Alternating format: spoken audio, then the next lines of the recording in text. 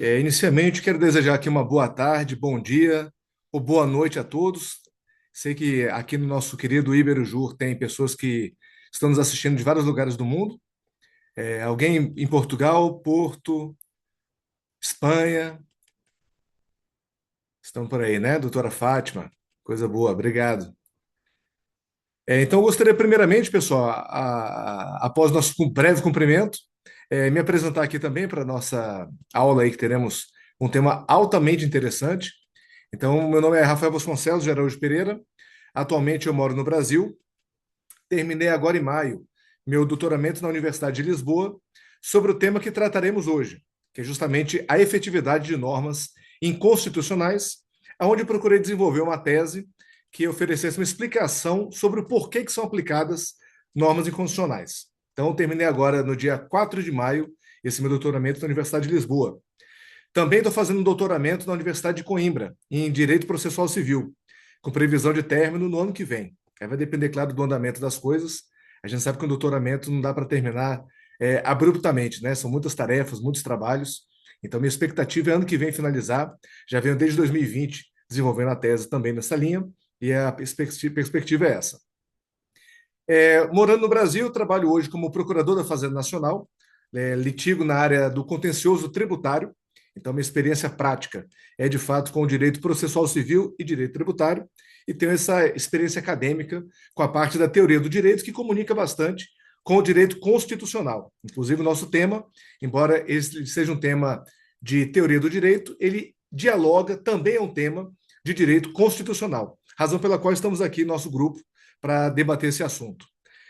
Também fui juiz de direito no Tribunal de Justiça do Estado de Roraima, trabalhei durante o período como juiz estadual, e fui também procurador do Estado. Então, minha experiência prática, basicamente com essa parte da magistratura e também com a advocacia pública.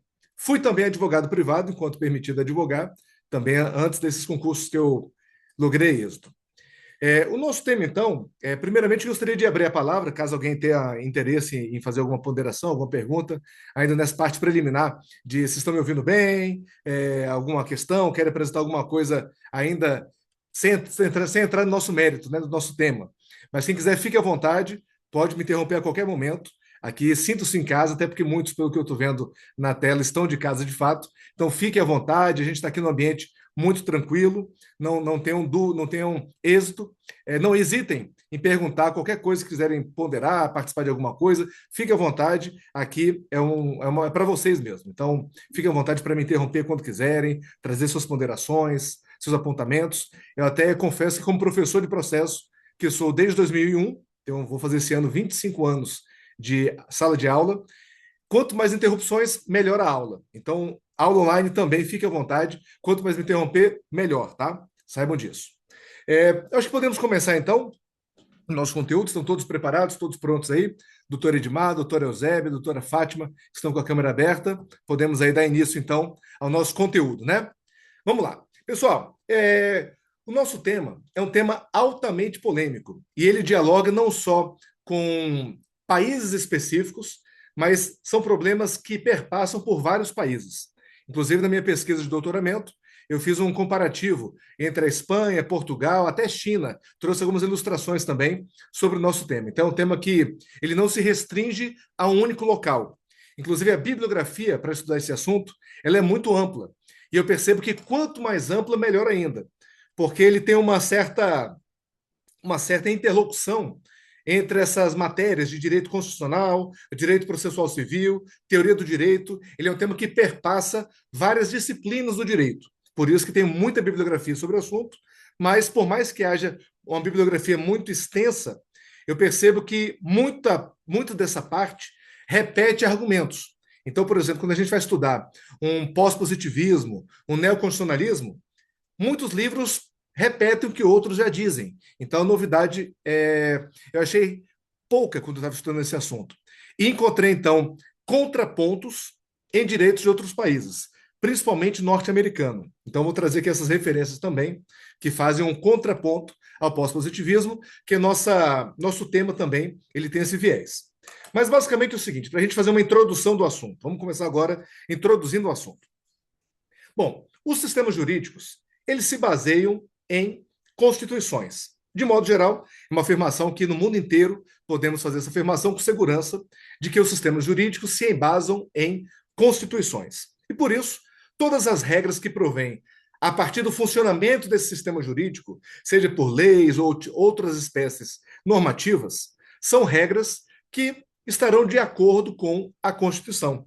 Então, se presume que as normas são constitucionais. E por isso, então, temos a presunção de constitucionalidade das normas jurídicas de um determinado sistema jurídico. Esse assunto foi muito bem desenvolvido pelo positivista Hans Kelsen. Então, na ideia de supremacia da Constituição, desenvolvida por ele, não só por ele, não foi criada por ele, mas que ele desenvolveu também essa teoria, na pirâmide kelseniana, temos a Constituição lá em cima como fonte que irradia toda a constitucionalidade das outras regras que deverão estar, então, em conformidade com essa Constituição. De igual modo, temos também, por Conrad Hess, a ideia da força normativa da Constituição.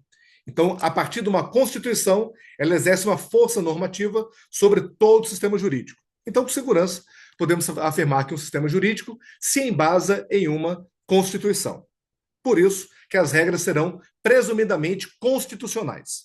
No entanto, o problema surge quando temos normas inconstitucionais que são normalmente aplicadas em um sistema jurídico. Como é que se explica a efetividade de normas inconstitucionais?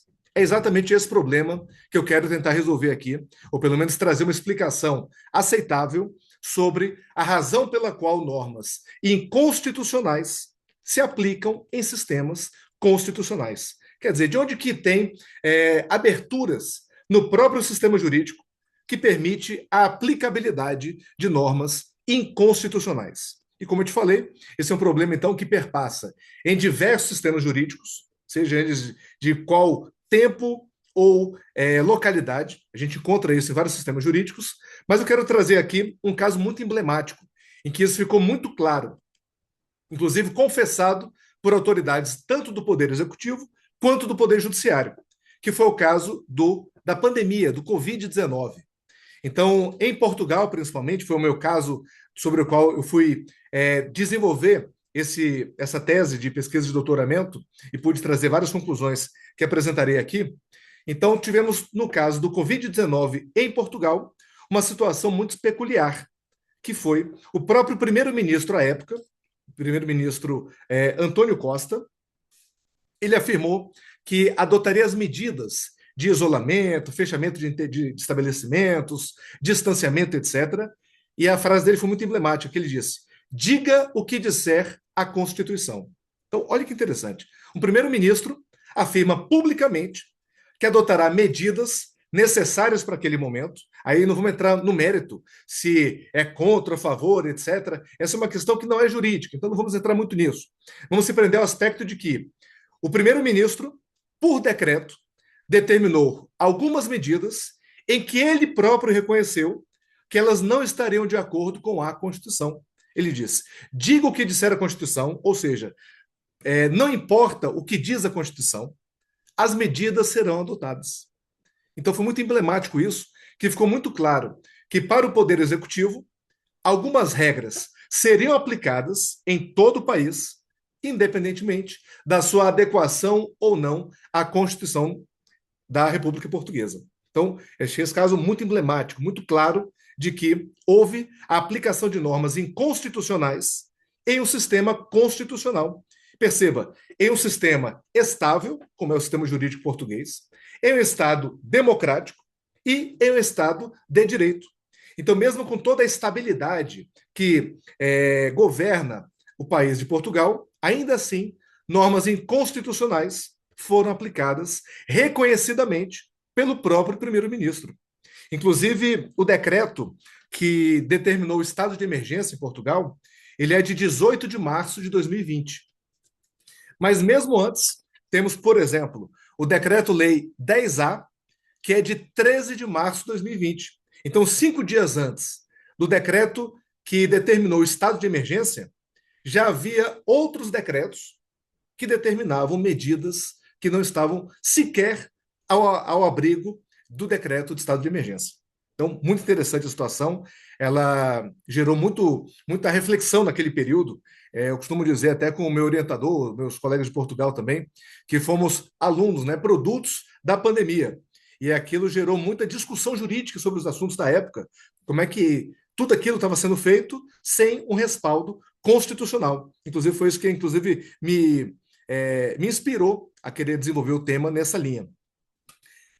O Tribunal Constitucional Português, em mais de 23 ocasiões, em mais de 23 julgamentos, decidiu, afirmando que reconheceu que houve o atropelo de direitos. Então, o Tribunal Constitucional Português, ele declarou inconstitucionais diversas regras sob o fundamento de que, de fato, houve um atropelo de direitos. Julgamentos dos anos de 2022, 2023, principalmente. Então, tivemos aí 2, 3 anos em que vigoraram normas inconstitucionais, normalmente aplicadas na prática, e que só depois de muitos anos é que foram reconhecidamente inconstitucionais e afastadas, então, do sistema jurídico. E por isso temos algumas explicações teóricas sobre o porquê, como é que se explica, então, a aplicação de normas inconstitucionais. Eu fiz uma sistematização e trago aqui 3 explicações. A primeira é a diferenciação entre eficácia e validade. Então, uma coisa é se a norma é ou não válida, se ela é nula ou não. É uma discussão que não se confunde sobre a discussão se ela é ou não efetiva. Ou seja, mesmo normas nulas, elas serão decretadas a nulidade posteriormente. E até então, elas serão efetivas. Ou seja, temos a efetividade de normas nulas. O sistema jurídico tolera, admite essa sistemática. Seria a primeira explicação. A segunda explicação é que, em razão dessa presunção de constitucionalidade, todas as normas que vêm do Estado são presumidamente constitucionais e normalmente aplicadas pela sociedade e por todo o aparato estatal, tanto pelo Poder Executivo quanto pelo Poder Judiciário. Então, essa presunção de constitucionalidade, ela gera essa sensação de que todas as regras que provêm do Estado são, então, constitucionais e, por isso, devem ser cumpridas, o que resulta na sua efetividade. E a terceira explicação é que existe uma força institucional do Estado. Então, para além dessa discussão tão só jurídica, aqui temos um argumento de caráter jurídico-sociológico, em que o Estado exerce uma força institucional. Quando os juízes aplicam as leis, mesmo que inconstitucionais, quando as leis são executadas pelo Poder Executivo, principalmente, e terceiro, quando são voluntariamente cumpridas pela sociedade. Então, seriam situações que demonstram que o Estado exerce sobre a sociedade uma força institucional. E a partir, então, dessa terceira explicação, me veio a pergunta, certo, então a norma inconstitucional ganha efetividade pela força do Estado, mas está muito geral. Como é que isso acontece na prática? Como é que, concretamente, o Estado exerce essa força institucional de modo a fazer com que normas inconstitucionais se tornem efetivas? Essa foi, então, a pergunta que surgiu e que a gente vai tentar agora apresentar uma resposta que espero que ela seja convincente. E vou submeter ao crivo de todos para depois, ou até durante o mês, se quiserem me interromper, claro, como eu havia dito, trazerem também suas ponderações, suas opiniões, se concordam, discordam, fiquem à vontade. A gente está aqui no ambiente acadêmico e quanto mais discordância, melhor, tá? Às vezes a gente termina alguma palestra, algum evento e todo mundo concorda e tal, e a minha sensação é que parece que assim, o que eu falei que eu acho que não fui claro, ou que o entendimento não foi bom. Já quando discordo, não, eu falo, opa, foi bom. Agora eu senti que pegou mesmo. Então, se discordarem, saiba que vamos fazer muito feliz, tá? Fique à vontade, é isso que eu espero ao final. Vamos lá. Então, a gente foi desenvolvendo então, essa ideia no sentido de que existe uma jusconsciência. Olha só que interessante isso. Uma jusconsciência. Isso não é uma criação minha, tá? Em diversos juristas, a gente encontra em Portugal, por exemplo, com Castanheira Neves, professor Miguel Teixeira de Souza, professor Antônio Pedro Barbas Homem, entre vários outros, encontramos em Portugal, encontramos também na Itália, com o professor Alessandro Gropali, também trata desse assunto. Eles tratam do assunto da consciência coletiva, que é um assunto inicialmente desenvolvido por Durkheim, na sociologia, e que ela foi transposta para o direito posteriormente, que é a ideia dessa consciência coletiva. O que seria isso? Deixa eu apresentar aqui para vocês, então, um rascunho sobre o que seria isso. Essa consciência coletiva, ela seria um nível de representação, de estabilização das representações com relevância jurídica, que ganha institucionalidade e são operacionalizadas pelo sistema jurídico. Então, a consciência coletiva seria esse conjunto de representações daquilo que se entende que é o direito, o que diz uma norma, o que é válido, o que é lícito, o que é ilícito, o que é crime, a partir, claro, do sistema positivado. Mas o sistema positivado seria esse ponto de partida para, então, construir esse conjunto de representações que formaria essa consciência coletiva sob a ótica jurídica. Então, quando se diz que a Constituição proíbe ou permite o comportamento, é que aquilo é uma sensação, um sentimento, existe uma consciência sobre a ilicitude, a juridicidade sobre determinado fato. Eu vou voltar nesse ponto mais tarde. Eu queria prosseguir, por enquanto, explicando como que o Estado ele intervém sobre essa consciência coletiva, para ao final a gente fazer, então, o arremate.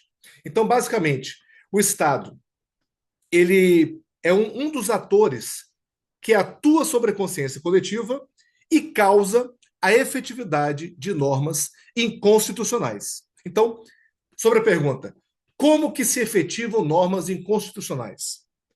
O primeiro ponto é a partir de uma ação do Estado. Porque o Estado cria a norma inconstitucional e o Estado faz ela valer. Então, o primeiro passo é que o Estado ele é o responsável pela efetividade de normas inconstitucionais. Esse é o primeiro ponto, a primeira premissa que podemos estabelecer aqui. E a partir dessa premissa, pergunta-se então, certo, como que o Estado faz isso? Como que o Estado, então, age para que normas inconstitucionais se tornem efetivas? De duas formas. A primeira forma, o Estado se vale de ferramentas jurídicas para interferir sobre a consciência coletiva. Então, existem ferramentas jurídicas que conferem ao Estado o poder de intervir sobre a consciência coletiva jurídica. E segundo, a segunda forma pela qual o Estado interfere sobre ela e causa a efetividade de normas inconstitucionais é pelas falhas estruturais do sistema jurídico. Então, veja bem, firmamos a primeira premissa de que o Estado é a causa da efetividade de normas inconstitucionais. A partir disso, fizemos uma pergunta, certo, mas como que o Estado faz isso? E aí, eu lhe proponho duas respostas, as duas cumulativas. Primeira, pelo uso de ferramentas jurídicas. E segundo, pela fragilização da estrutura do sistema jurídico. O Estado fragiliza o sistema jurídico. E com essa fragilização, ele consegue, então, efetivar normas inconstitucionais. Vamos aprofundar, tá? Vamos aprofundar. Então, passamos aqui duas formas em que o Estado age para que normas inconstitucionais se tornem efetivas. A primeira, então, vamos agora densificar essa primeira forma, que é pelos mecanismos jurídicos em que confere ao Estado esse poder.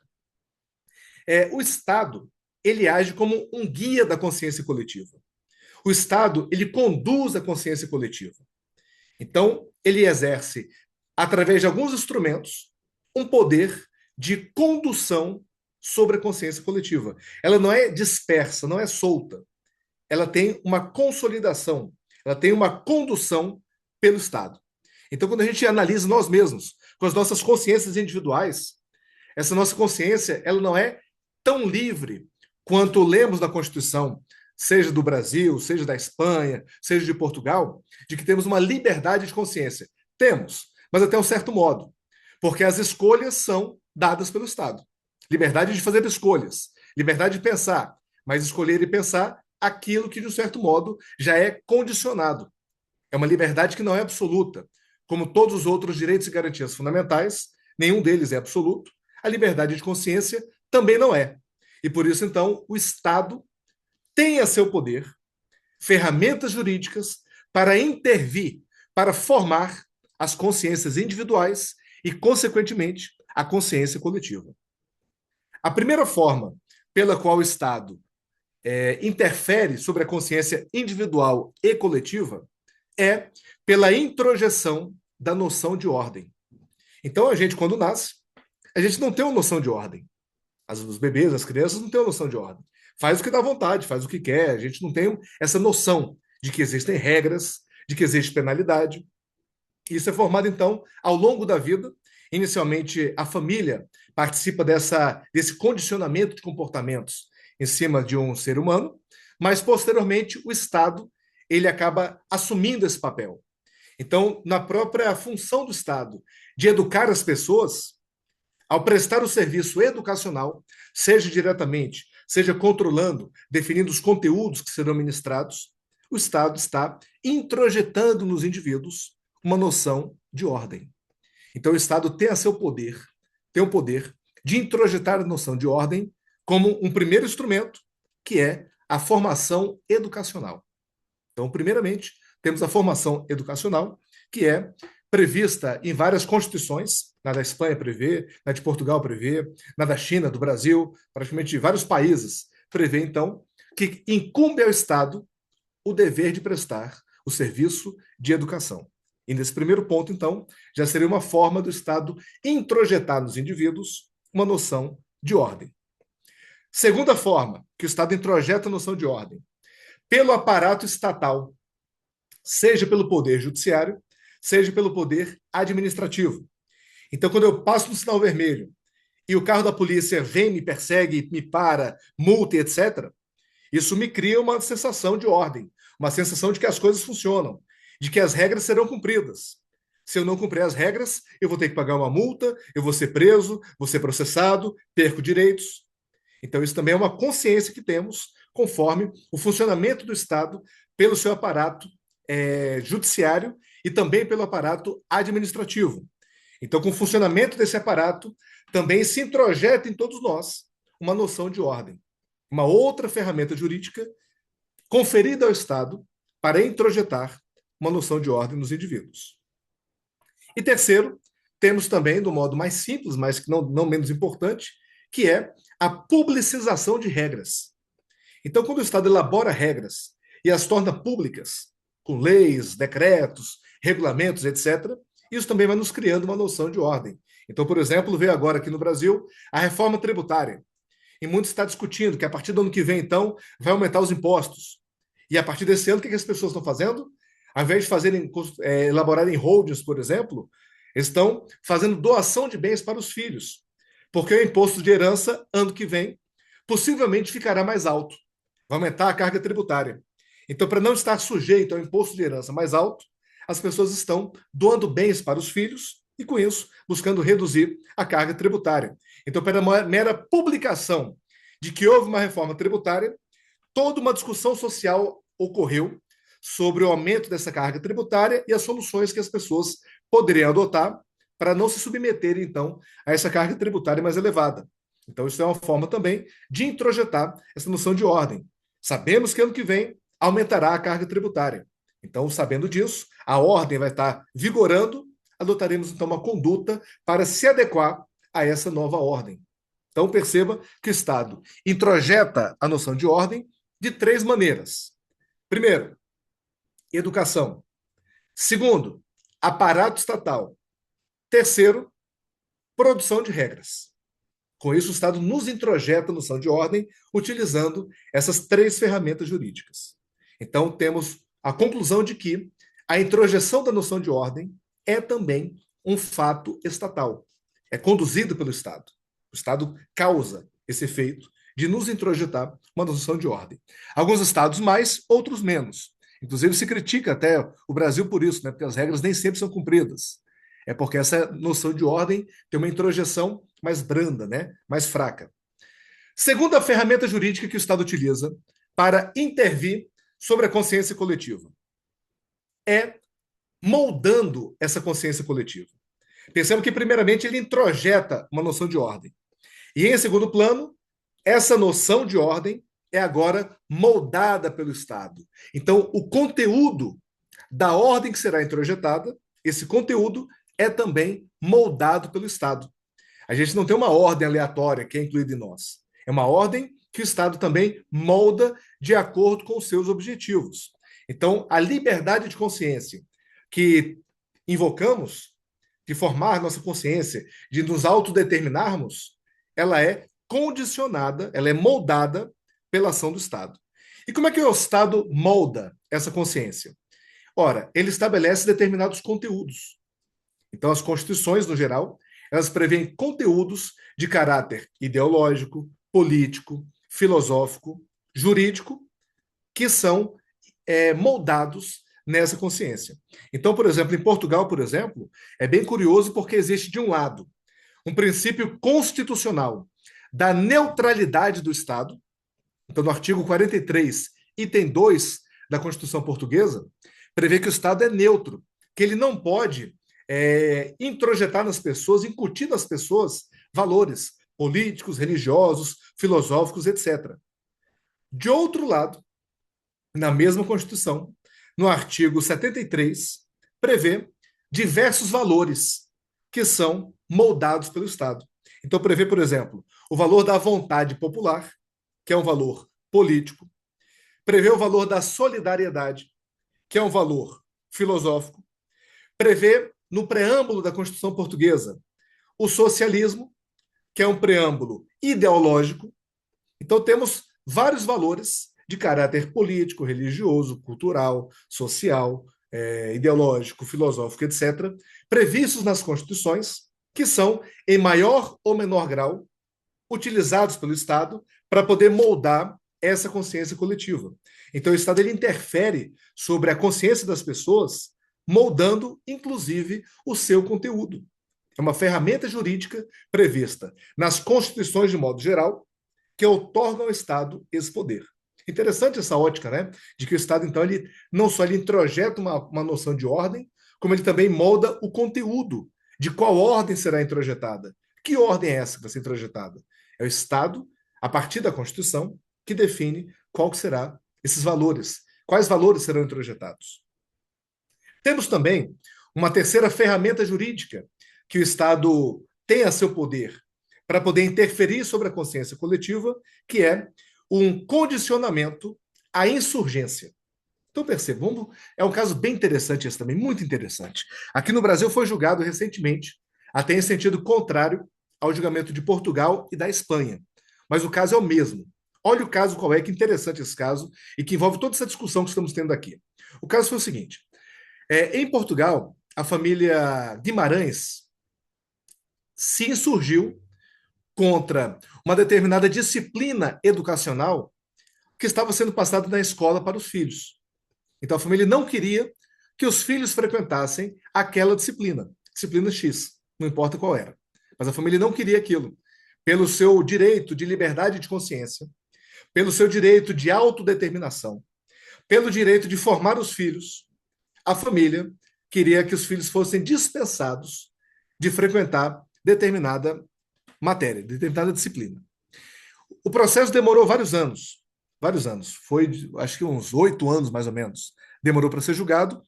E entre derrotas e vitórias, entre idas e vindas, a família Costa Guimarães saiu-se vencedora. Então ela ganhou o direito no Supremo Tribunal de Justiça português para ficar dispensada da frequência dessa disciplina. Aqui no Brasil, tivemos exatamente o mesmo caso. Exatamente o mesmo caso. E foi julgado pelo Supremo Tribunal Federal, há mais ou menos 1 mês, 2 meses mais ou menos, em que se entendeu o contrário. Entendeu que a família não poderia retirar as crianças daquela disciplina e, ao contrário, até poderiam responder por abandono intelectual. Então, que estariam aqui no Brasil obrigadas a frequentar aquela disciplina, mesmo que a família não concordasse. A liberdade de consciência no Brasil não prevaleceu, diferentemente do caso em Portugal, que prevaleceu. Na Espanha tem um caso idêntico, também prevaleceu. Então, de modo geral, na União Europeia, os casos que eu pesquisei, eu encontrei vários julgamentos reconhecendo que a família tem direito, então, a essa liberdade de consciência, o que abrange o direito à formação dos seus filhos. É o direito à autodeterminação. Aqui no Brasil já foi um outro sentido. Já se deu mais poder ao Estado, reconheceu-se o poder do Estado de interferir na formação, então, das crianças. Então, são graus diferentes sobre o tratamento dos insurgentes. Mas, de todo modo, perceba que, mesmo nos casos vitoriosos de Espanha, Portugal, a família passou por várias incertezas. Então, aquele processo demorou vários anos para ser julgado. Não sabia como seria julgado. E essa incerteza foi causada, então, por uma ausência de critérios claros sobre o exercício do direito à liberdade de consciência. Então, esse direito, ele tem limites obscuros. Não se sabe exatamente quando eu vou me insurgir contra alguma pretensão do Estado, eu não sei onde aquilo vai terminar.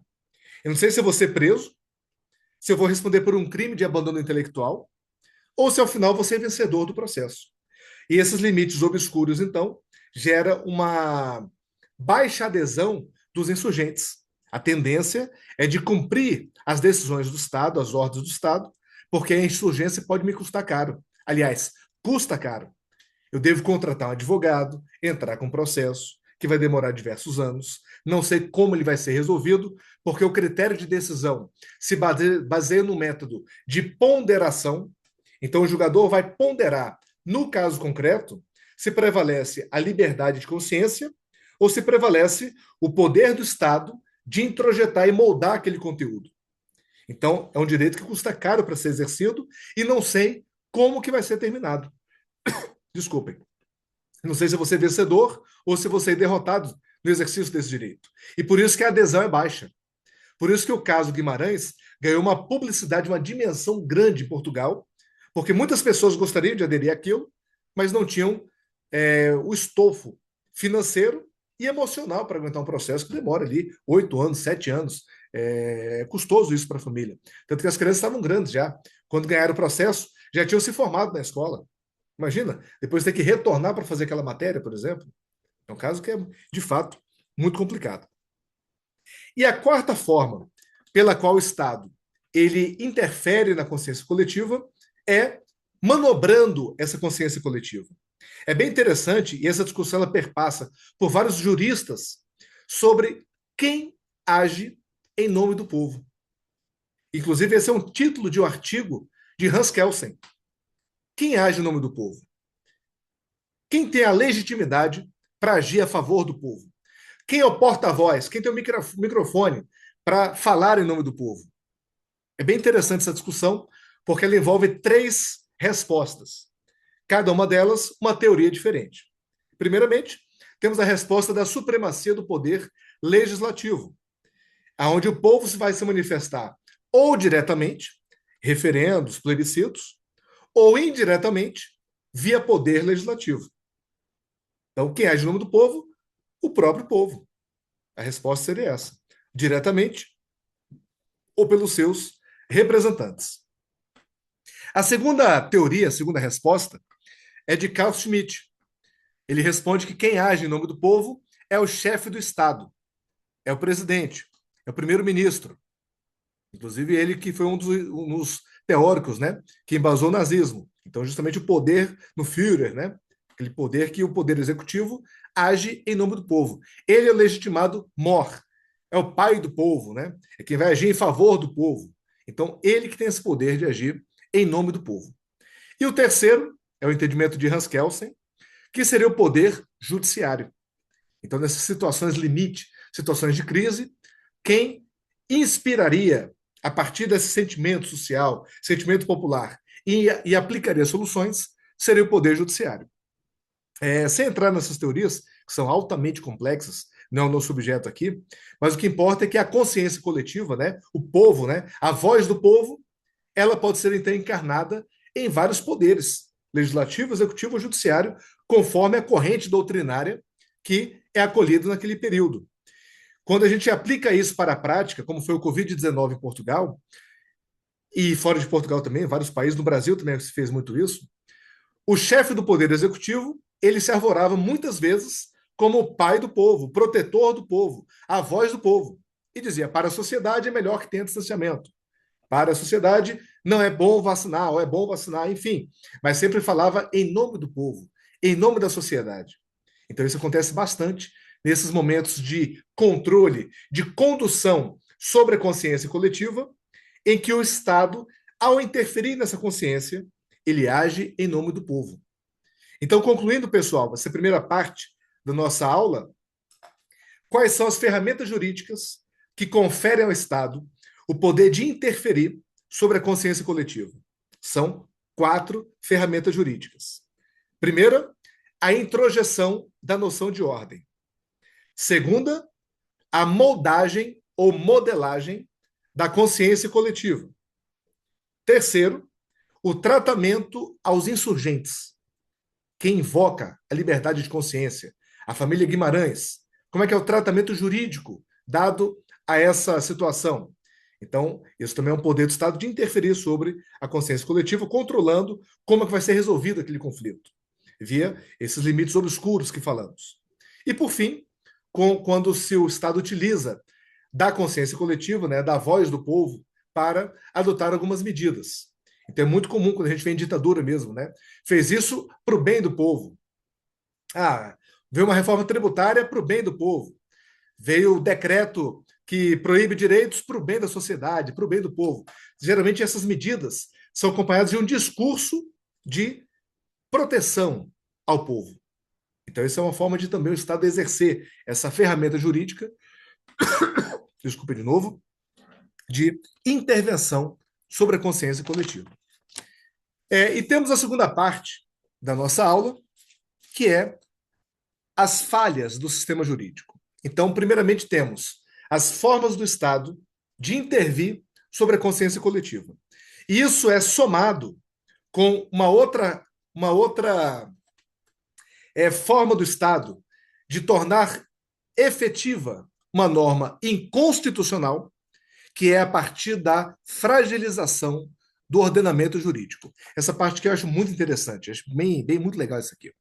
Eu sou apaixonado por esse tema aqui, viu, gente? Desculpem qualquer empolgação minha, mas é porque, de fato, quando a gente começa a falar disso, são vários temas que dialogam aqui ao mesmo tempo. A gente começa a pensar um monte de coisa ao mesmo tempo, porque é um tema que ele, até para encontrar esse caminho, né? Ele foi difícil. Mas, enfim, temos então falhas no sistema jurídico que contribuem para essa vulnerabilidade da consciência coletiva e, consequentemente, para a efetividade de normas inconstitucionais. Norberto Bobbio, na nossa obra clássica, um livrinho curto, mas muito impactante, sobre a teoria do ordenamento jurídico. A maioria de nós lemos esse livro aí, que é um livro clássico, ele é um livro fundamental na faculdade, a gente lê esse livro, quem não leu, leia, porque de fato é um livro curto e muito impactante. E nesse livro, Norberto Bobbio construiu uma ideia que ele sistematizou, na verdade, que de fato já era quase que uma concordância, quase que uma unanimidade, que para ser um sistema jurídico, ele tem 3 atributos. Então, todo sistema jurídico precisa de 3 atributos. Então, ele construiu essa ideia de atributos do ordenamento jurídico, do sistema jurídico. E quais são os 3 atributos trazidos por Bobbio? Primeiro, o atributo da unidade. Um ordenamento jurídico pressupõe que ele seja uno.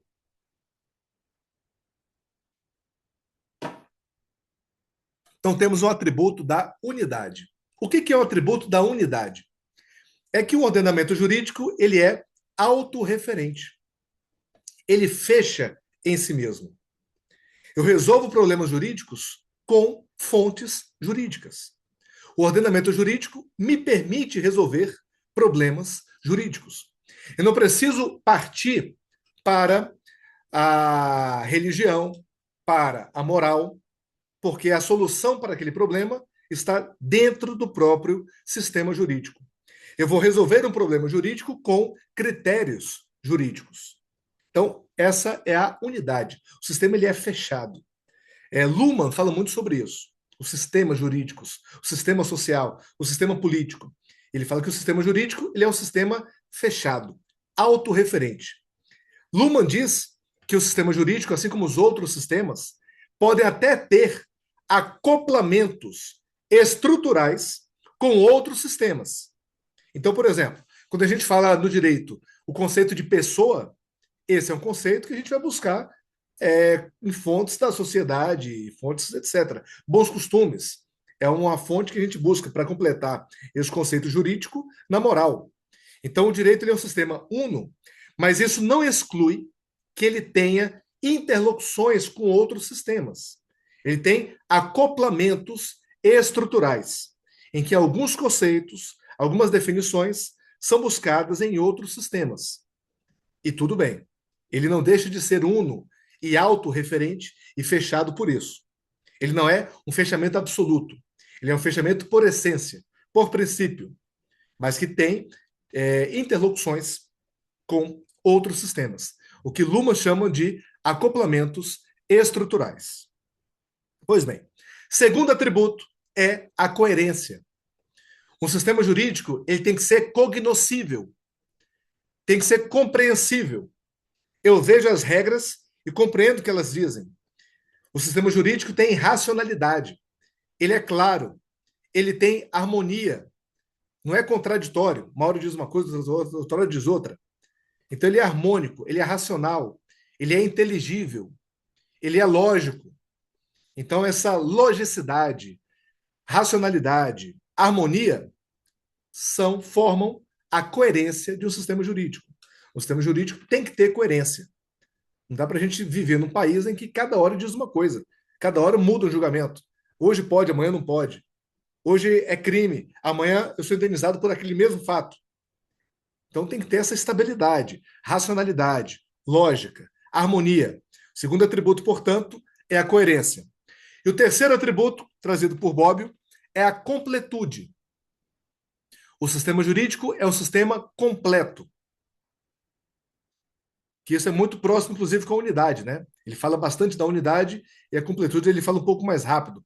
Mas o que ele quer dizer é que existem normas para todos os casos, sejam mais específicas ou mais gerais.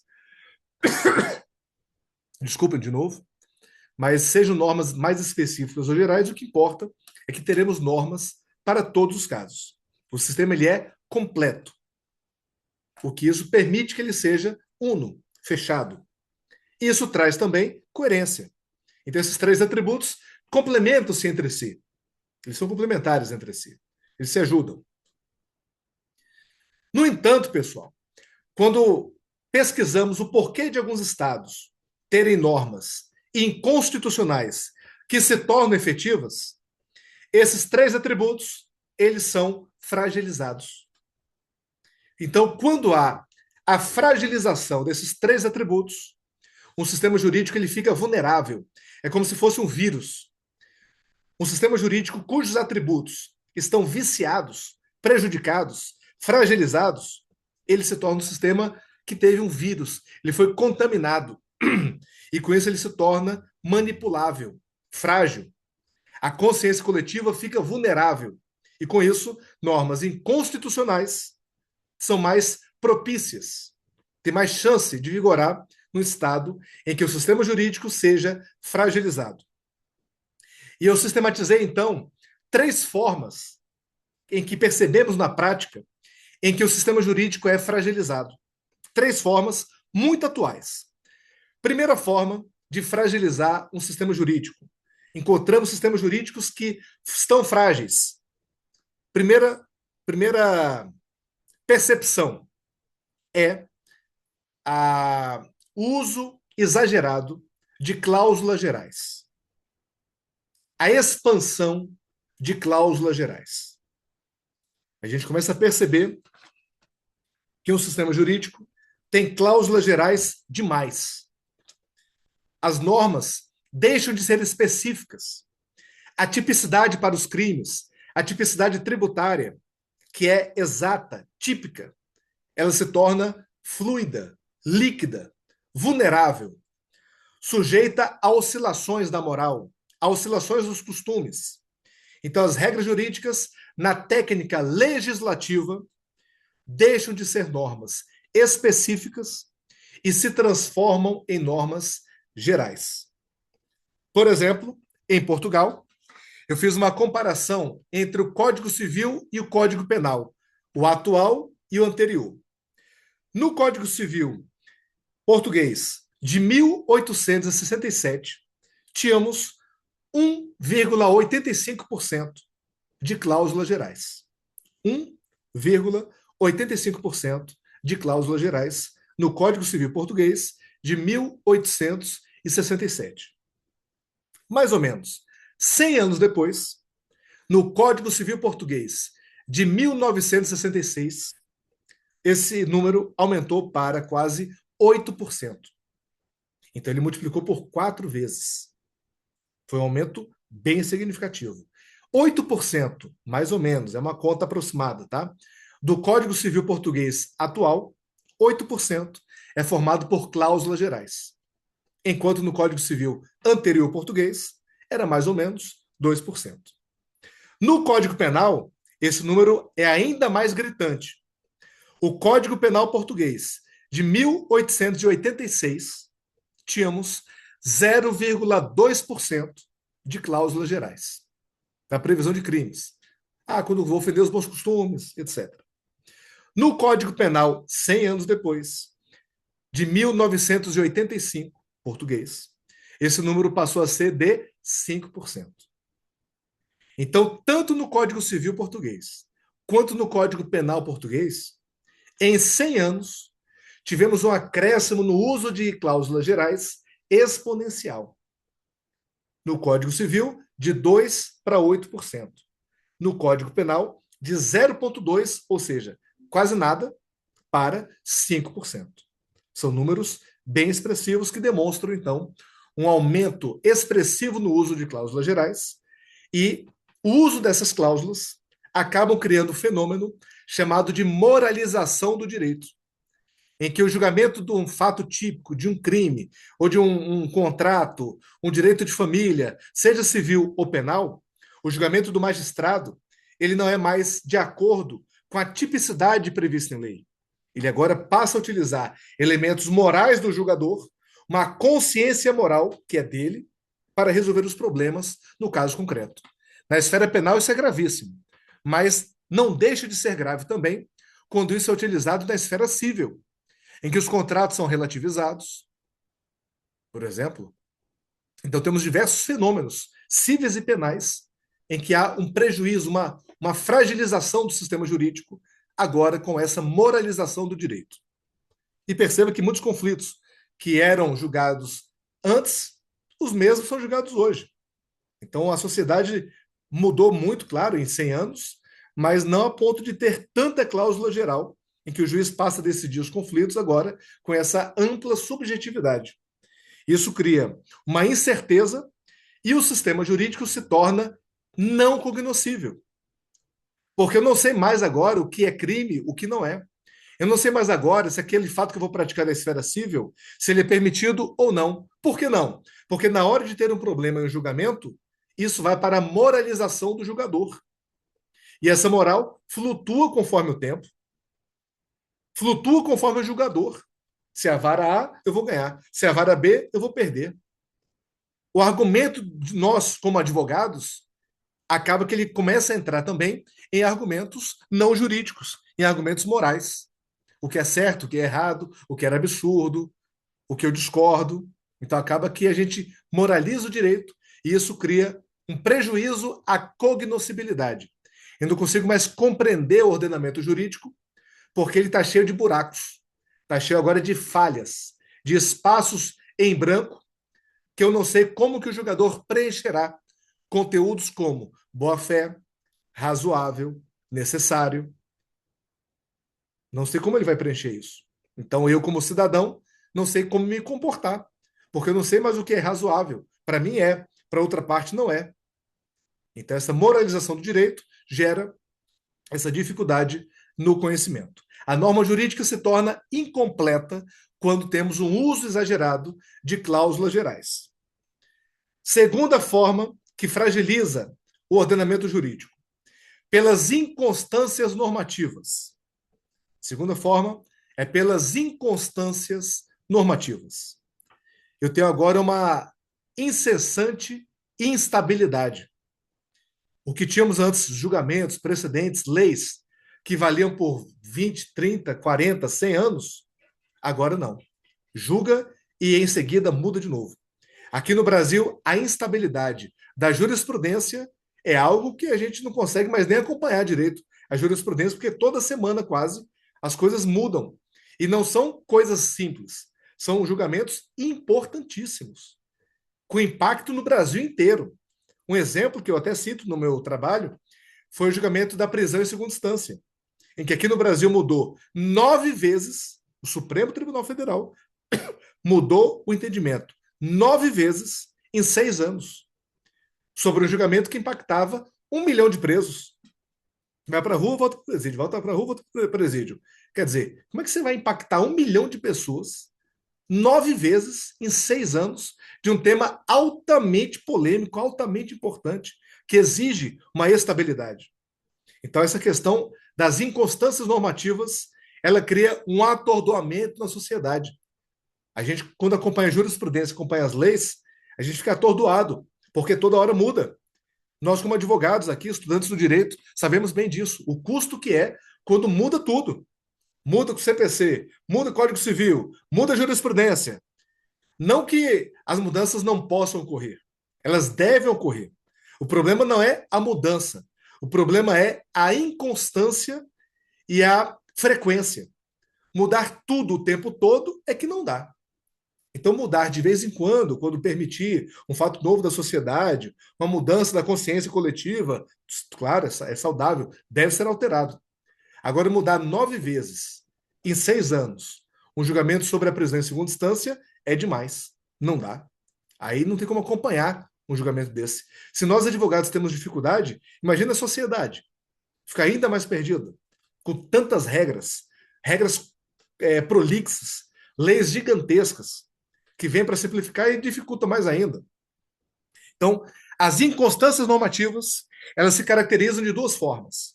Primeiro, pela pulverização dos atores normativos. Então, essas inconstâncias todas normativas se caracteriza de duas formas.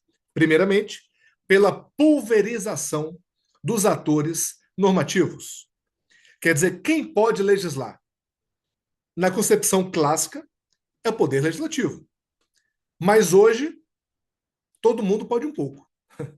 Então temos, por exemplo, o poder executivo, que vem com decretos incessantes, decretos, portarias, regulamentos, medida provisória, no caso aqui do Brasil. Temos o poder legislativo, que é o clássico, tudo bem, é o legitimado por excelência. O poder judiciário, principalmente aqui no Brasil, com súmulas vinculantes, precedentes, etc., ele praticamente ganhou o poder de legislar. Ele se autocoroou agora legislador do poder brasileiro, porque a Constituição não prevê isso de maneira clara, prevê que essas súmulas são de caráter interpretativo e não de caráter criativo. Mas o Supremo vem exercendo com um caráter criativo, criando novas regras.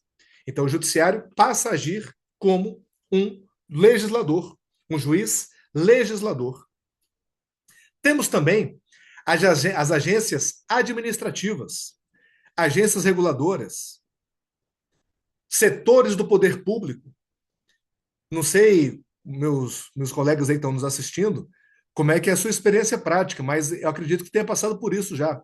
Às vezes vamos em algum órgão público, exigir um direito, realizar alguma coisa, resolver algum problema, e na hora ali o servidor nos pede uma coisa que era imprevisível.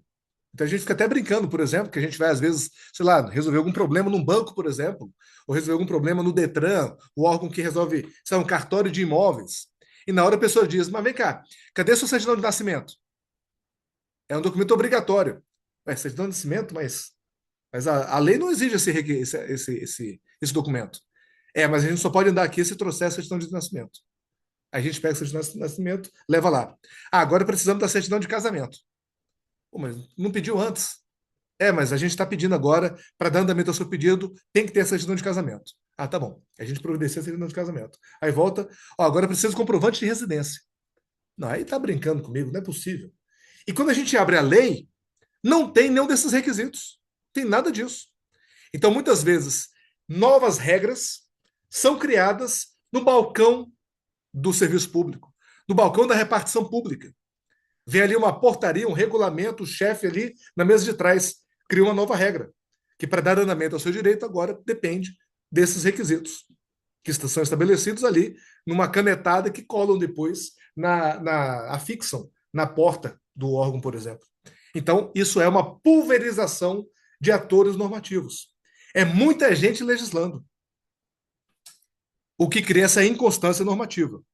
E também, já esse segundo tópico, né, que a gente até começou falando sobre ele, a segunda forma de inconstâncias normativas são as excessivas mutações normativas.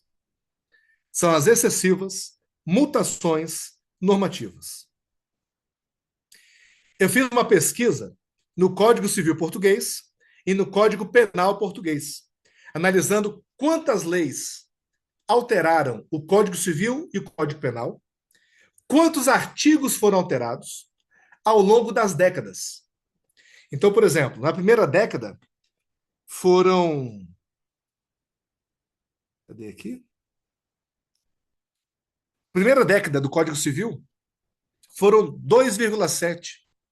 3 artigos foram alterados. No ano de 2010, na década de 2010, foram 20 artigos.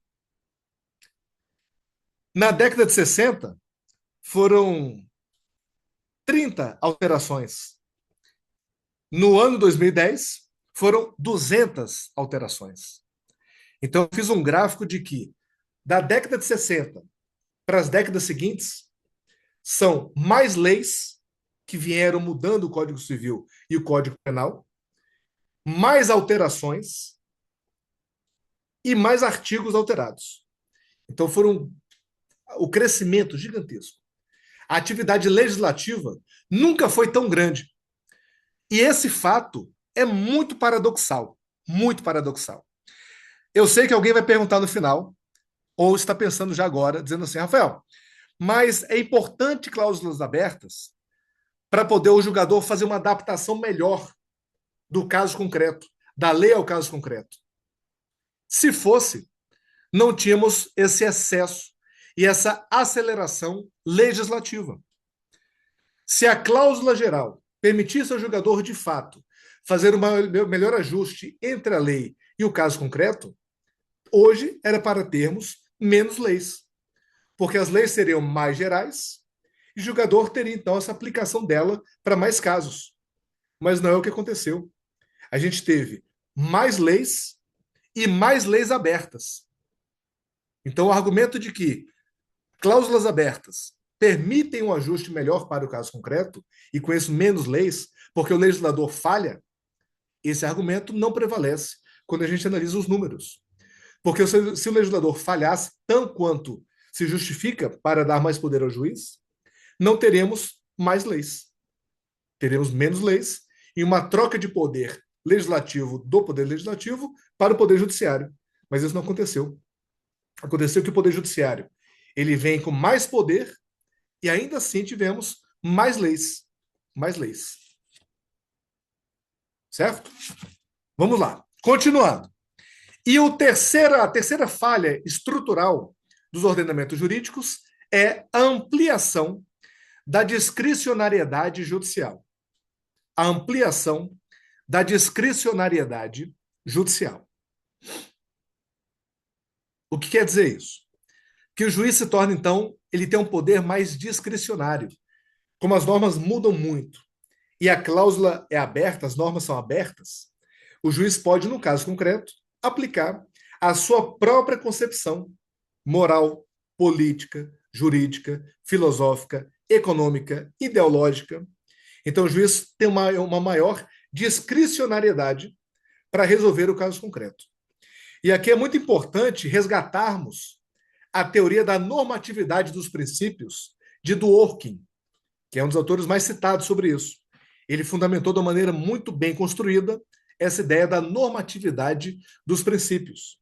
Então, o sistema que antes eram tudo ou nada, a tipicidade fechada, ou aplica a lei, ou, faltando alguns elementos, não se aplica a lei, em Dworkin, os princípios ganham normatividade E o juiz pode julgar com base em princípios amplos, abertos, razoabilidade, proporcionalidade, dignidade da pessoa humana, moralidade, publicidade. O juiz pode decidir com base nesses princípios. Mas aqui eu quero trazer uma crítica sobre o argumento de Dworkin. Dworkin ele construiu essa teoria a partir do caso Riggs versus Palmer, um caso muito mencionado em suas obras, principalmente na obra Levando os Direitos a Sério e na obra O Império do Direito. Então, Dworkin utilizou esse caso, Riggs versus Palmer, para construir a sua teoria. No entanto, se analisarmos o caso, se pegarmos o inteiro teor do caso, a forma que ele foi decidido, percebemos vários equívocos na teoria de Dworkin. Se me permite essa ousadia de criticar o grande jurista Dworkin. Mas, nesse caso, vamos lá, vamos resgatar o caso. Esse caso foi o seguinte: o neto matou o avô para ficar com a herança. Caso horrível. E pela lei do lugar, pela lei da época, ainda assim, ele teria direito a receber a herança. Então, ele matou para receber a herança e, pela norma jurídica positivada, seca, numa interpretação literal, ele teria direito a receber herança a si mesmo. Quando isso foi para o tribunal, os julgadores adotaram outros parâmetros decisórios para que aquele direito fosse afastado, para que a lei não fosse aplicada. Então, eles utilizaram argumentos de equidade, argumentos de imoralidade, da pessoa receber herança apesar daquilo, e vários outros argumentos que não podemos desviar o nosso foco aqui, porque não vai dar tempo da gente entrar neles. Mas, enfim, foram argumentos que sugeriram uma aplicação de critérios diversos da lei. Então, seria a construção de um direito paralelo. A lei é injusta. Então, eu não aplico a lei. Eu vou criar um outro critério que eu considero mais justo para resolver aquele caso concreto. Só que isso, para Dworkin, é uma falha, por quê na teoria dele? Porque ele diz que, no caso, esses critérios serviriam para suprir uma lacuna da lei. Mas não era o caso. O caso não é que a lei era lacunosa, era que a lei era injusta. Então, a teoria de Dworkin sustenta o argumento de que, quando o julgador se deparar com uma lei injusta, ele poderia utilizar os princípios para decidir de outra maneira. Esse é o ponto da teoria da normatividade dos princípios. E com isso, então, a partir dessas teorias de Dworkin, no mundo inteiro, se influenciou vários tribunais a ampliar a discricionariedade da atividade judicial. Aqui no Brasil, então, é uma coisa quase que sem limites, essa discricionariedade. Pois bem, então, temos três falhas estruturais do sistema jurídico, que são a ampliação da discricionariedade judicial, onde há essa moralização do direito, esse direito que se torna imprevisível, não tem mais um direito legislado, agora é um direito judicial. Não é mais um Estado de direito, é um Estado judicial. O julgador diz o que é direito. E com isso não sei mais o que ele vai dizer, porque vai depender de uma concepção moral do julgador. O sistema ele perde, então, previsibilidade, ele deixa de ser um sistema completo, em alguns momentos ele perde racionalidade e, portanto, perderá coerência, e não é mais um sistema uno, fechado em si mesmo, porque a moral entrou agora dentro, desculpem o pleonasmo, mas é porque são dois sistemas que se confundem agora, do direito. A segunda forma, a segunda falha estrutural, são as inconstâncias normativas, que atordoam e o direito também se torna algo ininteligível. E a terceira, as cláusulas gerais. Então temos um desenho, que é agora uma síntese do que estamos falando, de que diante de um sistema jurídico que tem essas falhas estruturais, somado ao Estado que utiliza ferramentas jurídicas de condução da consciência coletiva, tudo isso propicia, cria um terreno fértil para a efetividade de normas inconstitucionais. Com isso, essa hipótese foi testada no caso português do Covid-19. E em Portugal, do Covid-19, então, Eu fiz um estudo sobre todos os elementos, esses requisitos, se estavam ou não presentes em Portugal. E se quiser, eu posso mandar para vocês um quadro que eu desenvolvi que aplicava esse modelo analítico sobre o caso concreto de Portugal. Então, em Portugal, vimos que houve a introjeção estatal da ordem, onde o Estado utilizou de campanhas de mídia, campanhas de vacinação, campanhas de contenção, campanhas de fiscalização, publicou regras, aplicou mecanismos de sanção e recompensa, utilizando o aparato judiciário e administrativo para introjetar essa noção de ordem, de que aquela nova ordem agora, via pandemia, deveria ser cumprida. O Estado também modelou a consciência coletiva, tanto pelo uso dessas mídias, quanto também pelo apelo a expressões como salvar vidas, dever cívico, massacre que as pessoas estavam sofrendo e ampliando a margem de ação dos fiscais.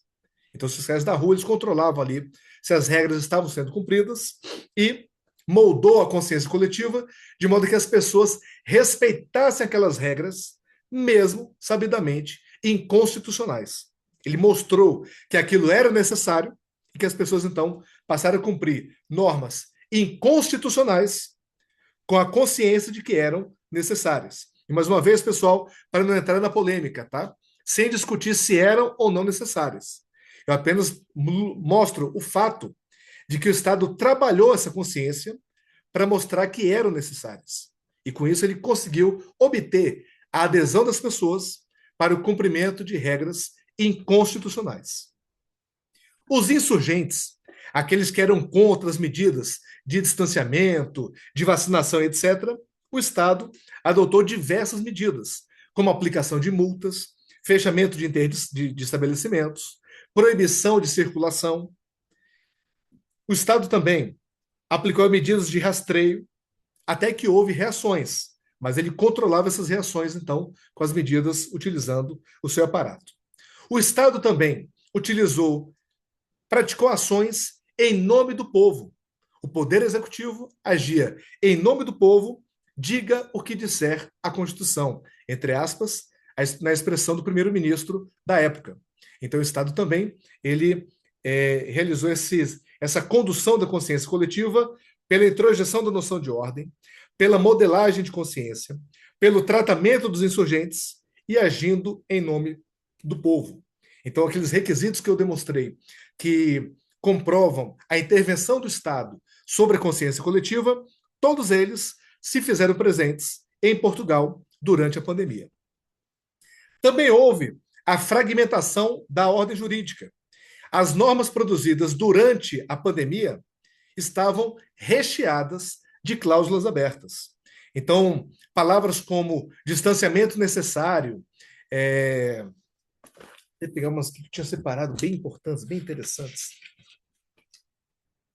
Então, palavras como na medida do necessário, situação epidemiológica, risco concreto, medidas necessárias, adequada e proporcional, contenção ou mitigação de riscos, dever cívico, dever de colaboração, celeridade, distância de segurança.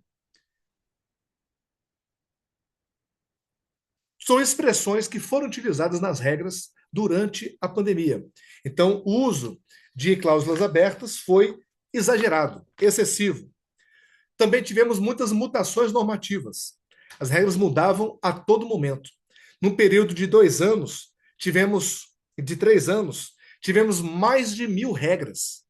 Veja, mais de 1.000 regras, novos atos normativos, em menos de 3 anos. Então, tivemos a inconstância normativa, a todo momento, uma nova regra. Mudava a anterior, vinha outra, Poder Executivo fazia uma, Legislativo fazia outra. Então, tivemos, sem dúvida alguma, um fenômeno, a percepção dessa inconstância normativa. Também tivemos uma discricionariedade judicial, em que, embora os tribunais portugueses tivessem decidido nas suas instâncias superiores, no Supremo Tribunal de Justiça e no Tribunal Constitucional, pela proteção dos direitos fundamentais, além disso ter demorado as outras instâncias acabaram mantendo, de modo geral, em funcionamento toda essa estrutura normativa. Ela vigorou durante o período pandêmico ali, novamente, sem discutir se era ou não necessário. Aqui estamos apenas numa discussão jurídica. Eu não tenho conhecimento de saúde para afirmar. Então, aqui é uma discussão apenas jurídica, de que normas inconstitucionais foram aplicadas.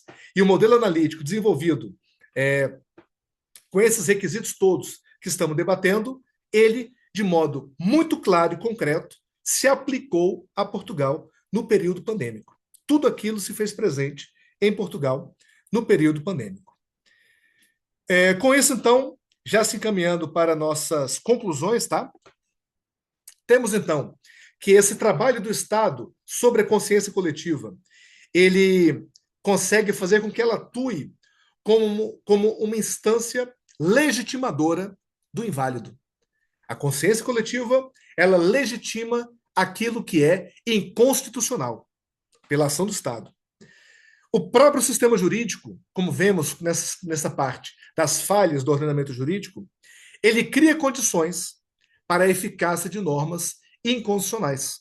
São tantas regras, tão abstratas, tão gerais, em que o judiciário tem tanta discricionariedade, que, na dúvida, eu vou cumprir aquilo que está sendo exigido. A identificação de uma inconstitucionalidade se torna líquida, fluida. O que é ou não inconstitucional não é mais tão rápido, tão fácil de ver, tão tranquilo de ver. É agora de acordo com critérios gerais, abstratos, razoabilidade, proporcionalidade. Então ficamos na mão do Poder Judiciário para resolver essa questão. De um modo geral, percebemos que muitos doutrinadores, principalmente no Brasil de maneira bem majoritária, defendem o pós-positivismo e o neoconstitucionalismo, que são os referenciais teóricos que dão sustentabilidade a tudo isso contra a qual falamos agora. Mas diversos outros autores, principalmente em Portugal, que tem um positivismo mais arraigado, e Estados Unidos, embora seja um sistema de common law, encontramos muitas críticas a esse sistema. Então, por exemplo, em Portugal, o professor Paulo Otero, ele fala sobre a informalização da Constituição, em que temos uma Constituição formal, escrita, vigente, e um sistema paralelo de uma Constituição informal, que acaba sendo aplicada e criada pelos tribunais. Então, Paulo Otero fala sobre isso. Professor Blanco de Moraes fala sobre as mutações inconstitucionais. Então, quando temos uma mutação constitucional, uma reinterpretação, muitas vezes isso resulta numa violação ao texto constitucional. Precisamos atualizar a Constituição, precisamos de uma nova interpretação. Tudo bem, mas essa nova interpretação não pode violar o texto que está escrito, que é o Pacto Social. Lowenstein fala sobre o constitucionalismo defensivo, aonde no direito constitucional, pilares da Constituição são violados para proteger o próprio sistema. Então, se entende que em situações, por exemplo, de terrorismo, por exemplo, é fundamental que alguns direitos e garantias fundamentais sejam violados para poder proteger o sistema jurídico como um todo. Ele chama de constitucionalismo defensivo. Nos Estados Unidos, temos Kim Chapelo, uma professora de Stanford, que usa a expressão democraturas. Bem interessante. Democraturas são ditaduras disfarçadas de democracia. Então, existe um funcionamento do poder legislativo, existe um funcionamento da sociedade, existe uma tolerada liberdade de imprensa, os direitos e garantias não são frontalmente rasgados, violados, revogados. Aparentemente, é um sistema que funciona como uma democracia. Mas, na prática, temos opositores perseguidos, jornalistas caçados, jornais fechados, parlamentares presos. Então, de fato, temos uma ditadura. Mas, aparentemente, aquilo funciona como uma democracia. Então, ela chama de democraturas. Uma democracia disfarçada. Aliás, é uma ditadura disfarçada. Landau fala de constitucionalismo abusivo, que esse uso indiscriminado de princípios acaba gerando, na verdade, um abuso que viola o próprio Estado de Direito. Então, são autores que fazem um contraponto ao pós-positivismo, ao neoconstitucionalismo, que eu trago aqui para ilustrar também tudo que estamos conversando aqui em nosso sistema. E para encerrar, eu gostaria de dizer que uma Constituição ela não vence quando ela é proclamada, quando ela é apenas dita, né? Então, quando se diz que a Constituição é suprema, isso não significa nada, são palavras ao vento, se não vier acompanhada quando a sua supremacia, de fato, prevalecerá sobre as conveniências do momento. Então, você percebe bastante que a supremacia da Constituição ela faz parte de muitos discursos, mas na prática o conteúdo da Constituição é alterado conforme a conveniência do momento. E com isso não temos, de fato, uma supremacia da Constituição. Para termos essa supremacia, é preciso que ela vença sobre as conveniências, mesmo que nossas. Nós mesmos, muitas vezes, nos nossos debates, a gente flutua o conceito de Constituição conforme, às vezes, quem é a opção política, ou conforme a opção ideológica, ou opção religiosa, acabamos flutuando e compartilhando desse mesmo vício, muitas vezes, quando há uma manifestação. Então, para a Constituição ser preservada, precisa que ela sirva como um critério distante, um critério objetivo, um critério que aplique mesmo contra o meu time de futebol, mesmo contra o meu político de estimação. Ela deve ser aplicada até mesmo contra o meu entendimento. E eu respeitar que eu mesmo, se for o caso, né, pratiquei aquele ato inconstitucional e deverei pagar o preço daquilo. Mas enquanto flutuarmos com o conceito de Constituição conforme o sentimento do momento, não teremos uma Constituição. Com isso, então, eu quero concluir, resumindo o que foi dito até agora, para que abrimos, então, para nossas perguntas e debates, etc. Então, o que eu quis dizer, de modo resumido, é que o Estado ele tem o poder de conduzir a consciência coletiva, e quando isso ocorre, também por ação do Estado, em que ele ocasiona falhas estruturais no sistema jurídico, isso cria as condições para a efetividade de normas inconstitucionais. Com isso, então, eu encerro agora a minha fala.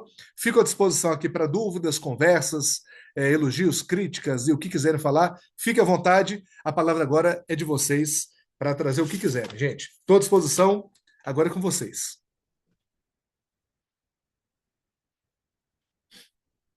Eu não sei se o Iberujur também traz aqui alguma colocação, alguma coisa. Nossos colegas também quiserem participar, falar alguma, fique à vontade.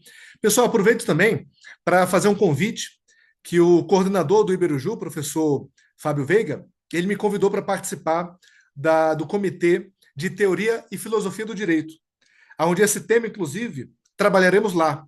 Então, são temas que perpassam direito civil, direito penal, direito constitucional, é muito amplo. Então, quem tiver interesse, eu já faço convite desde logo a participar. As vagas são limitadas, tá, pessoal? São poucas pessoas. E a inauguração a gente combinou de fazer hoje mesmo. Então, quem está aqui na aula de hoje tem a prioridade para participar do nosso grupo, nosso comitê de estudos em direito civil, em teoria do direito e filosofia do direito. Então, quem tiver interesse, quiser participar, fique à vontade. A gente está à disposição para poder receber, primeiramente, quem participou desse nosso encontro, que a gente vai desmembrar, então, esse tema que iniciou agora no nosso Comitê de Direito Constitucional, mas trabalharemos ele em teoria e filosofia do direito. Trabalharemos lá vários autores, teorias, e quem tiver interesse está convidado e terá prioridade em participar, tá? É só mandar um e-mail para o Iberuju, manifestando interesse, que nos próximos dias abriremos o espaço no grupo, com os nomes já dos convidados que estão, todos vocês já estão aqui oficialmente convidados por mim para participar do nosso comitê. Vai ser um prazer receber vocês, um prazer a gente debater esses assuntos, esses e vários outros, né? São assuntos que perpassam aí o direito em todas as suas áreas. São temas muito instigantes, muito polêmicos também. A gente geralmente se apaixona por um lado, por outro, mas o nosso objetivo é manter um rigor teórico, um rigor acadêmico mesmo, sem se prender tanto a opiniões. Ao contrário, pegar as opiniões jurídicas dos grandes autores e fazer o choque entre esses autores. Isso que a gente vai conseguir construir para nós mesmos. Um grande repertório de autores e de teorias jurídicas que nos facilita na vida prática. Então, quando a gente vai sustentar no tribunal, fazer uma petição, ter o conhecimento desses autores, conhecimento dessas teorias, nos põe num patamar acima, né, daquele que estávamos antes, quando a gente não conhecia esses autores. Então, o objetivo é esse: a gente formar um grupo de estudos para debater grandes autores, grandes teóricos do direito, da filosofia do direito, e isso contribui também para a nossa formação prática, para a nossa formação jurídica. Doutor Edmar, a palavra está contigo. Já falei demais, agora é com vocês. Diga aí, fica à vontade. Professor Rafael, muito obrigado. Me ouve? Sim, Escuta sim, bem? muito bem. Muito bem. Em primeiro lugar, parabenizá-lo, tá, pela excelente exposição, muito rico o tema, e há muita clareza na exposição, espetacular. O tema é realmente instigante, tocar a Constituição Federal e principalmente acerca da aplicabilidade de normas constitucionais é excepcional. A minha indagação eu já aponto de logo que a minha fonte de pesquisa aqui, eu defendi uma tese em direito processual penal e algo também está relacionado diretamente à Constituição Federal. É, Talvez na sua fala eu não vi, mas está subentendido, dentre essas normas inconstitucionais aplicadas, nós podemos considerar também a mudança paradigmática. Ela está inserida em desses atributos, dessas fragilidades. Vou dar um exemplo.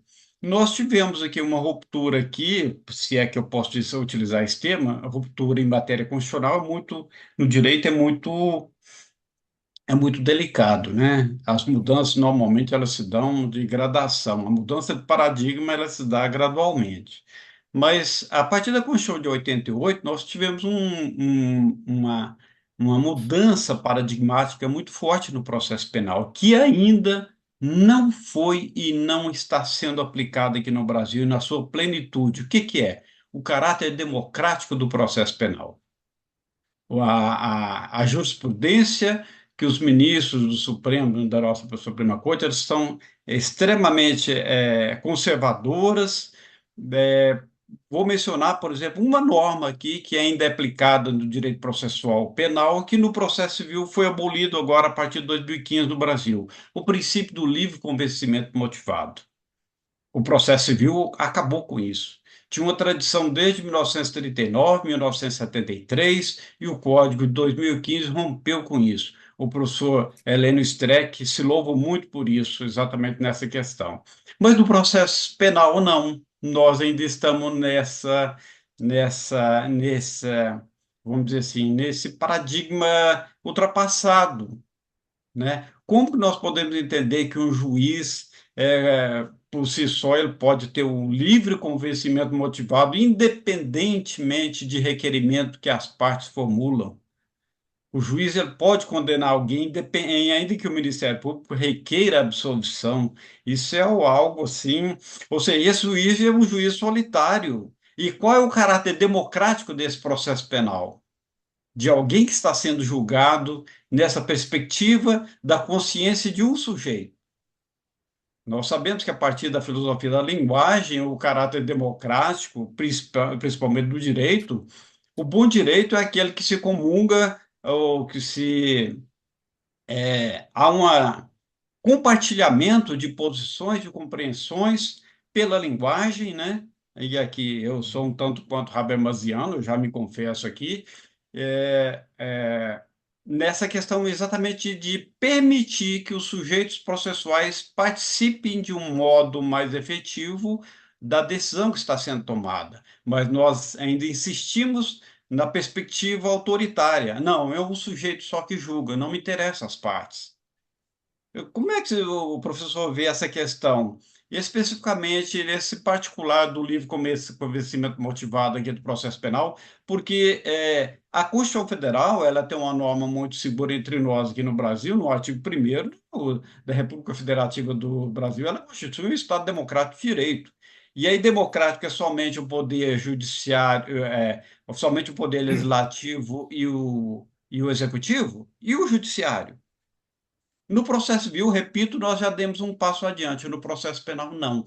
Esse poderia ser concebido como uma norma inconstitucional ainda aplicada? que o senhor pensa? Muito obrigado. Olha, agradeço de logo, muito obrigado. E desculpa aí pela extensão. Imagina, imagina, a extensão foi riquíssima. Muitos detalhes, muitas informações, que eu, inclusive, já aproveito para convidar para aprofundarmos esse assunto no nosso comitê de Teoria e Filosofia do Direito. É um tema que, sem dúvida alguma, a resposta que eu vou trazer aqui, ela dificilmente vai ser uma resposta suficiente, porque o tema ele envolve mais perguntas e outras perguntas do que respostas. Mas eu vou procurar trazer uma visão sobre esse assunto para tentar também contribuir para o debate. Bom, na Constituição, o modelo de funcionamento do Poder Judiciário é um funcionamento técnico. Então, de raiz positivista, caberá ao julgador aplicar a lei. O que, de fato, tem um detalhe bem interessante, em que o sistema jurídico se baseia na legalidade. Isso está no artigo 5º, inciso 2º da Constituição Federal. Está também no artigo 1º, que é o Estado democrático de direito. Então, ele não poderia julgar com base em outro critério que não o direito. O julgamento tem que ser baseado em julgamentos jurídicos, julgamentos técnicos. Isso restringe, inclusive, o livre convencimento do julgador, que o livre convencimento não é livre absoluto. É um livre desde que jurídico. Tem que se prender ao mecanismo jurídico. E quando se pega a questão dos limites para proferir essa decisão e da democratização do julgamento, tem uma obra muito interessante de filosofia do direito, de um autor brasileiro chamado Rosemiro Pereira Leal. O título do livro é Teoria da Decisão Jurídica, que ele fala exatamente sobre isso. O livro dele é exatamente isso. O livro dele é no sentido de que os julgamentos e o funcionamento do Poder Judiciário se baseia, como todos os demais poderes, na democratização. Então, os julgamentos também devem ser democráticos, segundo a teoria dele, que ele entende que todo e qualquer julgamento deveria estar submetido a essa cláusula de democratização. Por outro lado, é interessante discutir também no que isso interfere. Como é que isso mudaria o julgamento? Quer dizer, se entender que todo julgamento tem que ser democrático, o que isso quer dizer? Por exemplo, se de um lado temos uma regra jurídica estabelecendo uma conduta X, mas naquele julgamento democrático se entendeu que melhor era a regra Y. O julgador pode, então, afastar uma regra constitucional prevista em lei para aplicar uma outra regra que, naquele caso, se decidiu que é democrática? Isso gera outros debates.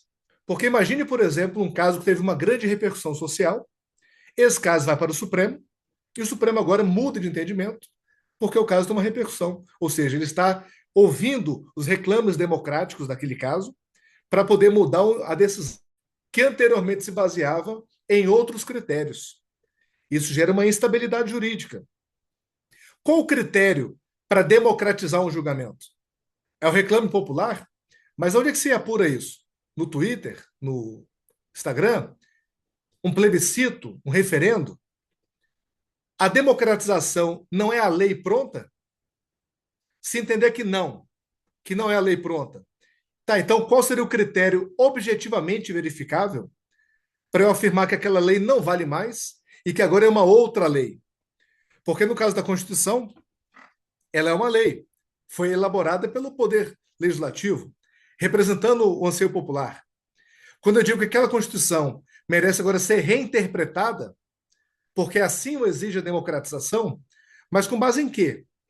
Como não confundir a minha intenção com o que de fato é uma democratização? Perceba, a gente quer aquele ponto dito aqui na nossa aula sobre o em nome do povo. É o juiz decidir, olha, vou dar uma outra decisão porque o povo quer que eu decida de outro jeito. Certo, mas que povo? Com base em qual critério o juiz está dizendo que o povo agora mudou de opinião? Se a Constituição é a mesma, se a lei é a mesma, essa opinião mudou como? Isso eu acho muito complicado da gente controlar quando que há essa nova mutação. Quando que é uma mutação constitucional? A sociedade mudou. Mudou mesmo? Quem mudou a sociedade? Com base em que eu digo que mudou a sociedade? Porque senão fica discurso, fica uma narrativa. Veja, eu não estou dizendo que não se deve mudar, que não se deve ser democrático. O que estou dizendo é, qual o critério para isso? Precisamos de um critério de alguma maneira. O professor Rosemiro Pereira Leal mesmo, ele fala bastante sobre o artigo 4º da Lei de Introdução ao Código Civil, quando diz que o juiz deverá decidir de acordo com a lei e os fins sociais. Pois é. Quais são os fins sociais? São aqueles que estão na Constituição ou são os atuais? Tá, mas atuais definidos por quem?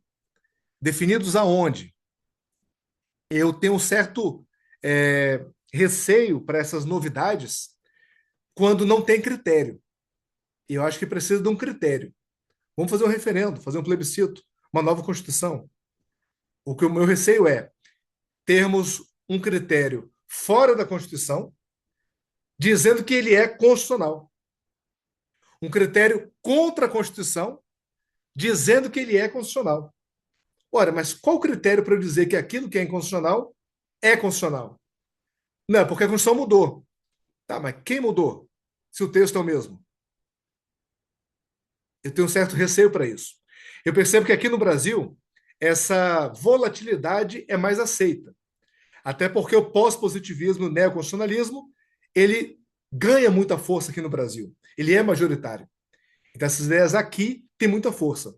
Mas fora do Brasil, eu não percebo esse espaço. Portugal, Espanha, Inglaterra, países como o LOL, eu percebo que eles são muito mais estáveis do que no Brasil. Eles são muito mais adstritos a um texto do que no Brasil. O que me leva a crer de que essas mudanças não são tão assim. Porque o mundo não mudou tanto assim. É mesmo da contracorrente, tá? Isso aqui. Por isso que eu estou trazendo a título de reflexão e a título de mais perguntas. Como eu te falei, eu queria trazer aqui algumas linhas gerais sobre o assunto, mas não queria fechar porque o assunto, de fato, ele envolve grandes discussões, mas acredito que a gente precisa, para poder avançar no debate, responder algumas perguntas, para a gente conseguir avançar nele. E claro, eu agradeço muito a pergunta, acho que foi muito rica, trouxe mais dúvidas e eu acho que a teoria do direito, a filosofia do direito, ela caminha, de fato, mais por dúvidas do que por respostas. Claro que precisamos sistematizar, condensar o debate, mas avançar com passos curtos. Não dá para a gente avançar com passos largos na teoria e filosofia do direito, senão a gente pisa num certo pântano, né? Depois, a gente afunda depois. Então, a gente tem que estar seguro para conseguir avançar passo a passo. Então, muito obrigado pela pergunta. Se alguém mais quiser também se manifestar, fica à vontade. A palavra está livre, tá? Então, sem levantar a mão, só por aqui, Eusébia, ah, nossa, foi assim inspirador. Ouvir vocês dois, doutor Edmar, também. Muito obrigada, foi uma palestra excelente. Eu gostaria realmente de ter conseguido elaborar uma pergunta, mas eu fiquei com tantas dúvidas que agora eu vou estudar um pouco mais. Gostei também, professor, do convite aí para o comitê. Achei muito interessante mesmo. Se houver a possibilidade, eu estou disposta a participar. Mais uma Já vez, está meus convidado. parabéns e vou dar uma olhada no seu tema, porque ele é realmente muito empolgante e essa é uma forma muito realmente inspiradora para a gente, numa sexta-feira à tarde, ouvir uma palestra tão boa, com tanta profundidade e com entusiasmo, que é isso que a gente precisa. Uma Oh, boa muito tarde a obrigado, todos. obrigado. Obrigado, fico até emocionado aqui, sem palavras, para tanto reconhecimento. Obrigado pela sua gentileza. De fato, é um tema que eu sou apaixonado por esse tema mesmo, estudei ele no que eu pude para poder avançar sobre isso. É um tema que aqui no Brasil a gente já fica incomodado, mas eu procurei fazer a pesquisa sem citar o Brasil. Então, aqui no texto, tem uma nota de rodapé de um julgamento do Supremo, só. Todo o restante eu procurei desenvolver fora do Brasil para tentar desenvolver esse modelo mesmo, modelo analítico, de que a gente aplicando em vários países, poderemos verificar se o país está ou não vulnerável a normas inconstitucionais. Inclusive, eu pretendo agora fazer um pós-doutorado sobre esse mesmo tema, agora aplicando ao Brasil. Quero fazer agora essa aplicação do que eu construí aqui para o Brasil. Então, eu fico muito feliz de ter mais perguntas que respostas. Eu acho que esse era o objetivo mesmo, né? Na teoria e filosofia do direito, como a gente falou com o doutor Edmar, quanto mais dúvidas a gente tiver, melhor. Porque a partir das perguntas e dúvidas, a gente vai pesquisar ainda mais e clarear o caminho. A gente não precisa ter resposta para tudo. Eu acho pelo contrário, a gente precisa ter boas perguntas para conseguir desenvolver o nosso conhecimento de uma maneira mais sólida. Resposta a gente vai ter na nossa vida prática, como advogados, juízes. Aí sim, vamos construir respostas pragmáticas e claras. Mas para pensar o direito, quanto mais a gente pensar sem amarras, eu acredito que a gente consegue desenvolver mais e não estar preso a uma escola de pensamento. A grande preocupação que eu tive era isso, por isso que eu procurei fazer em Portugal. Lá eu consegui essa liberdade acadêmica de não estar vinculado a uma escola de pensamento específica para desenvolver a tese. Em Portugal a gente consegue desenvolver a tese quase que em carreira solo. O orientador ele vai nos balizando, mas todo o trabalho, toda a remada é sozinha mesmo. Então isso aí me cativou bastante em Portugal para ter essa liberdade para desenvolver a pesquisa. Então, muito obrigado, Eusébio, pelas suas palavras. Todos estão convidados a participar do nosso comitê. Eu já peço que envie um e-mail, uma mensagem no Instagram ou e-mail para o perfil do Iberjur, porque eles que estão controlando toda essa organização. Então, eu não consigo aqui ver quem mandou mensagem, quem não mandou, e depois desenvolver. Então, pediria apenas que mandassem uma mensagem para o Iberjur. Eles vão organizar toda a nossa equipe, para a partir daí a gente ter um plano de trabalho e conseguir avançar com nossos encontros mensais, nossos livros, estudo de pesquisa, definição de temas. Então, tudo isso a gente vai desenvolver em conjunto para ter um trabalho muito produtivo mesmo, com publicação de livros, congressos, eventos. A ideia é manter a mesma qualidade de alto nível que o Iberjur mantém em todos os seus eventos, a gente trabalhar para manter também isso no nosso comitê. Então, muito obrigado mesmo, estão todos convidados. Vai ser uma grande alegria ver vocês de novo lá no nosso comitê, trabalhando esses temas. Obrigado por tudo.